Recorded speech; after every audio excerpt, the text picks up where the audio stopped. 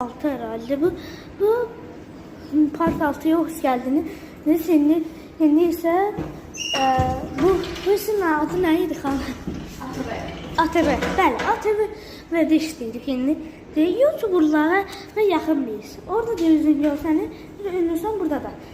Düzəmirə. Bəli. Çox qəsəndi. Ünlü olmaq çox qəsəndi əslində. Sonra gözləyirəm, xanım bütün istəyimizi eləsin və başlayaq. Yəni, eğer kanallarda mənə görsəniz saçmayın, neyinizə olur. ATV TV'sində. So, gel otur orada qabaqda, sənin mikrofon da verəcəm. Bəli.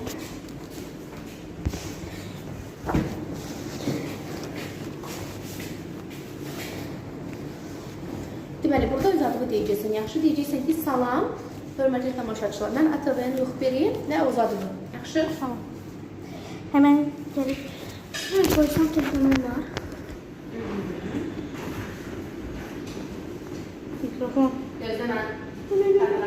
Seslenme bir şey. Sağ. 1, 2, 3, getdik. Sağ hörmətli tamaşaçılar. Mən ATV-nin müxbiriyim. Adım Yusuf Sıfa Allahyarovdur. Bugünkü idman xəbərlərini mən sunacağım. İdman xəbərləri deyir, ilk xəbərimiz futboldandır. Dünən keçirilən oyun zamanı Kinderland komandası möhtəşəm performans göstərərək 3-1 hesabı ilə qalib gəldi.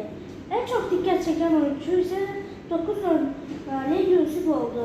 O 2 gol vurarak ve komandasının galibiyeti apardı. Ve indi ise keçid edək basketbol sahələrindən gençlər arasında təşkil olunan çempionatlardan şübhələn komandası arasında finala çıxmağı bacardı. Hər iki komanda çox çalışsa da şübhələn komandasının müttəfiqçini möhtəşəm oyunu sərgilədi. İndi isə sözü digər müxbirə götürürəm. Aferin. Əla. Hoş geldin. Buyurun dansın. Dans mı izleyiciler? Dans da buyurun. Buradan atlasam öler miyim lan? Güzel. Buradan atlasam ölərəm. Allah! Belə 10 manat kazandım. 15 manat, 20 manat, 10 manat kazana gedirəm. Əslində